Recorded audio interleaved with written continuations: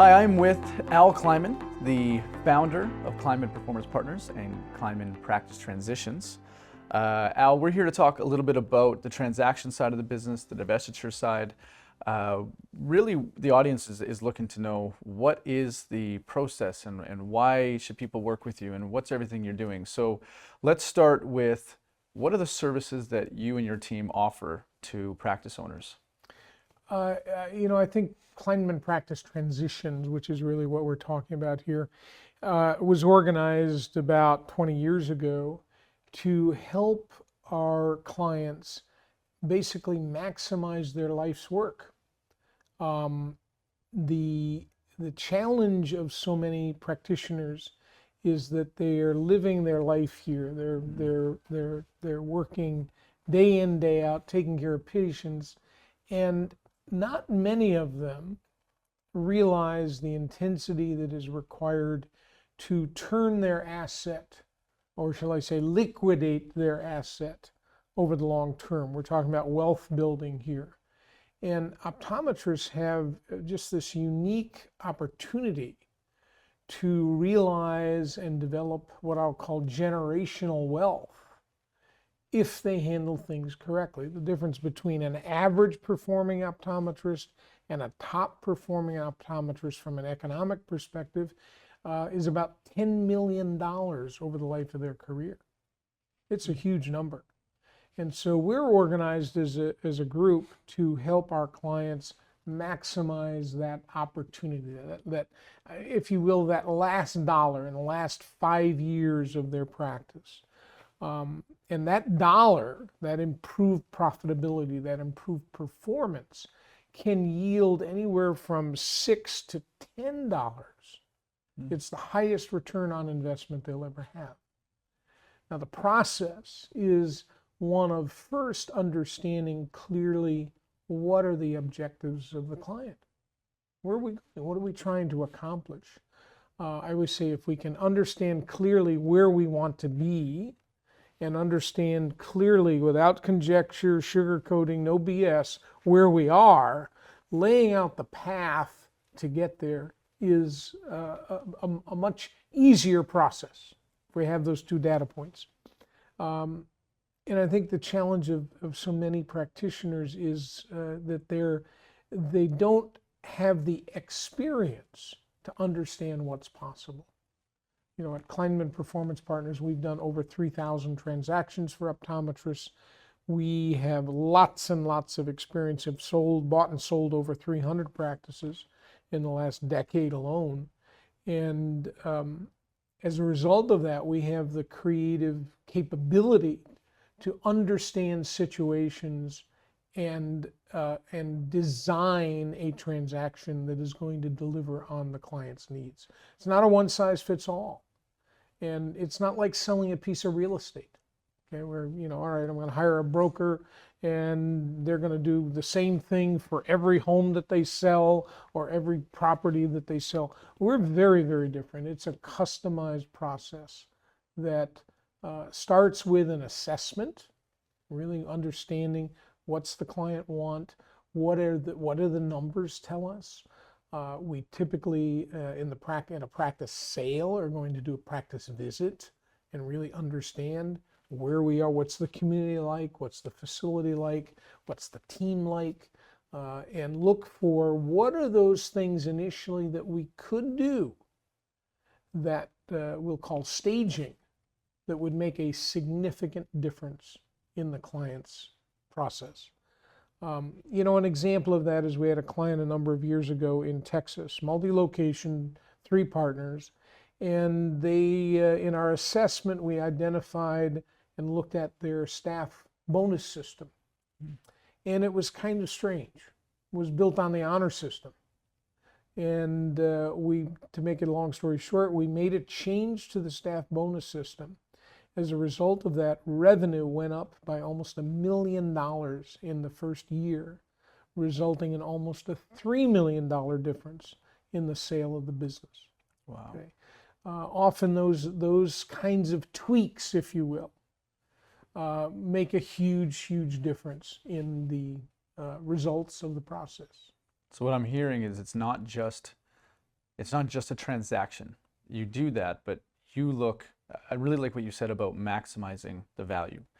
And so how early do you want to be speaking to practice owners in the process for them to, when they realize, okay, I want to exit, I want to have a succession plan, when's the ideal time that you want to get in front of them and have this conversation? I think, Kevin, the answer to that question is first has to be characterized by, do you want to hang up your Phoropter and retire, or do you want to get out of ownership? They're two very different things. Okay. And so from an ownership perspective, we sure as heck would like to see 10 years, 7 to 10 years. Okay, I'm 52, I want to be done being an owner at age 60. I want to have more of a life. I want to get rid of the headaches of ownership, if you will. That doesn't mean I'm going to stop practicing. So there's that very different approach, if you will. Just because you sell your practice doesn't mean you're no longer an optometrist. So why 10 years? That seems, to me, when I hear that, it seems daunting, maybe the word unnecessary. Why do you feel that's the right time? Well, I'll use my own journey as an example of that.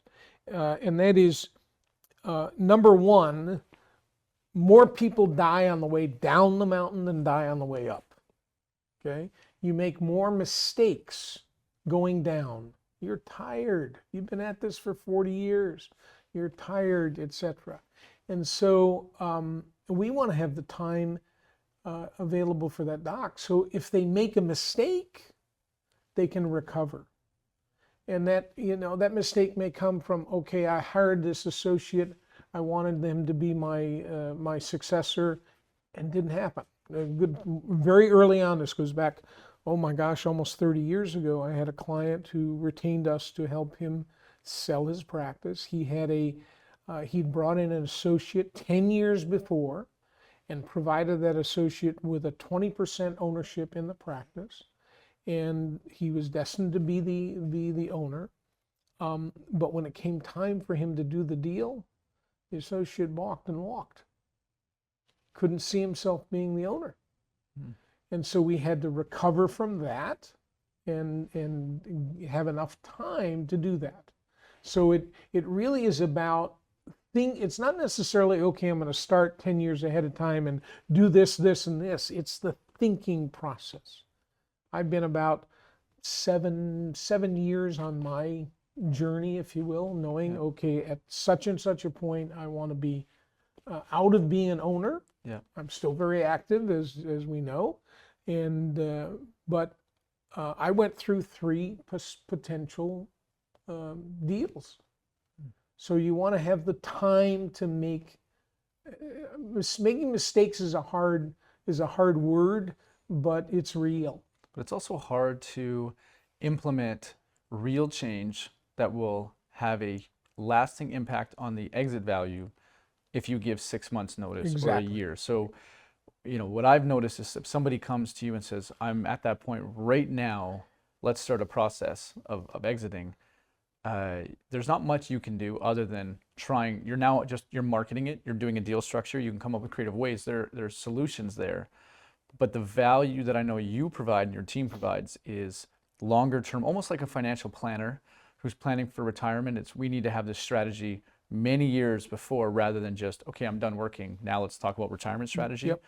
We have to plan this out a lot longer to make sure that the business is sellable, it's desirable, that you have a leadership team in place, that you're replaceable, that it's profitable. There's all those things. So that's really where you come in as more of a consultant early, as an advisor, and sort of guide them in that way. Is that correct? You bet. And there's so many issues that you're dealing with. So we had a call from a practitioner, and one of the first questions we ask is, who in your family is involved with the practice? Okay, well, my wife is the manager. My son works in the lab. My daughter works out front. Okay. Well, a buyer looking at that is saying to themselves, okay, I not only have to replace Dr. Jones, I've got to replace 3 other staff members. So understanding all of those pieces, getting your house in order. I said yesterday in my talk, making sure that we're not dealing with chaos, that the numbers, the financial statements of the practice are accurate.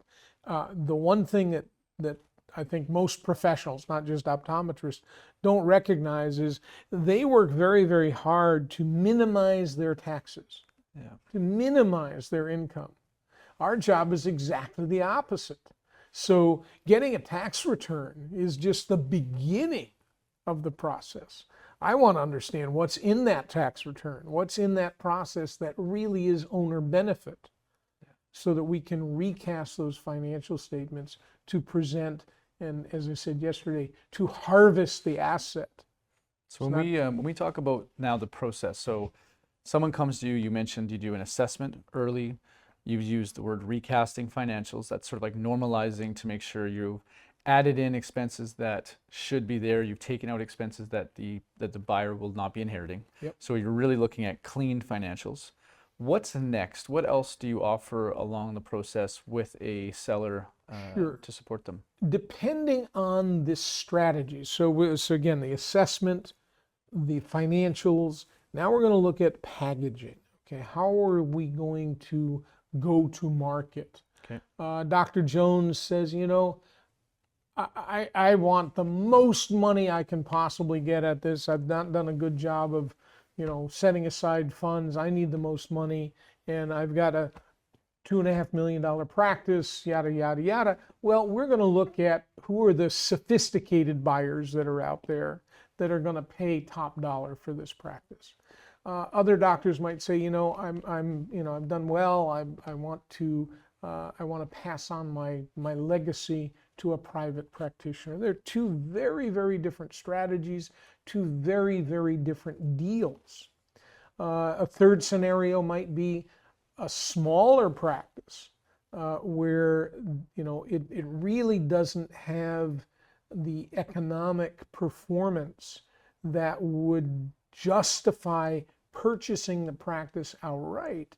And there we might decide, okay, we're going to look for a merger situation where we can maximize profitability and Dr. Jones can continue to operate as he might have historically, but under a host who ultimately buys the practice. There's so many ways. And so strategy then becomes the next step. From there, it's packaging. Okay? This is a product that has to be sold. Thompson's Eye Care needs to be packaged and sold. It's not like we put a for sale sign out on the front steps. And I always say, generally speaking, we already know the buyer. Okay. So we're going to communicate that out. We'll put together a presentation. You have a list of buyers that you work with. We have a list of buyers that we work with. You know who's out wanting to buy practices. Yes. Okay. But we also know who the type of buyer that's going to be best. And another case in point, we recently closed a transaction up in the Northeast where we had a commercial enterprise. So make the long story short, the client had a very, very nice practice in a mall location, in a mall that was dying. 1 mile down the road, we had a commercial eye care practice business that had lost their OD. So we sold the retail piece of this practice to this large retailer, and my client held on to the professional side and merged into a beautiful facility. Okay, and so again, there are just so many ways. I have another client in Ohio right now. Unfortunately, it's the estate of an optometrist that passed away last year. And the two sons are holding on to these two locations, and we're putting that package together right now. And because there's not good financials, we're having a challenge packaging it. So we've entered into a relationship with the associate optometrist under a unique methodology. We call it a management services agreement, where once we have good data under this new management system, we'll then sell the practice. But so there's just so many elements of this. We have a whole journey, and if people reach out to us, we can send them this this monograph about the client journey. So assessment, analysis, packaging, marketing, negotiations. Okay, so we've got prospective buyers that come to us. Okay, I'm interested. All right, now what's the deal look like? Yep. Okay. And then you're negotiating on We're their going to behalf. negotiate on their behalf. We're going to, from there, put together what we call a transaction summary. It's kind of a 1 or 2 page document that lays out the business terms that are agreed to by both sides. And then what's very unique about Cleinman Performance Partners, unlike anybody else that I know of, is that we don't do letters of intent. That's the classic, oh, we'll send you a letter of intent. For my money, a letter of intent is not worth the paper it's printed on. It protects nobody except the buyer. Okay, we enter into purchase agreements signed with pre-closing conditions. Okay, so due diligence in most instances happens before there's a purchase agreement. So Dr. Jones is just not protected. He's giving away all of his information, and he's not protected. We do it the exact opposite. Due diligence, all of that data takes place after we enter into a purchase agreement. We give them enough data to make a decision about, do I want to move forward? Interesting. But not enough data such that we're giving away the store, so to speak. Yeah. And then there's the negotiation process, the documentation process. Another unique part about Cleinman Performance Partners is we do all of our legal in-house. Okay. So we're not having to train an attorney on an optometry deal. And there are very unique nuances to optometry. Most optometrists operate on a cash basis. Most buyers, sophisticated buyers, operate on an accrual basis. So you have to make that transition. Yeah. You've got to understand inventory and accounts receivable and warranties. Okay, so you're going to sell your practice. Who's going to assume the responsibility for all the warranties that you've put forth? And that's a buyer and seller situation.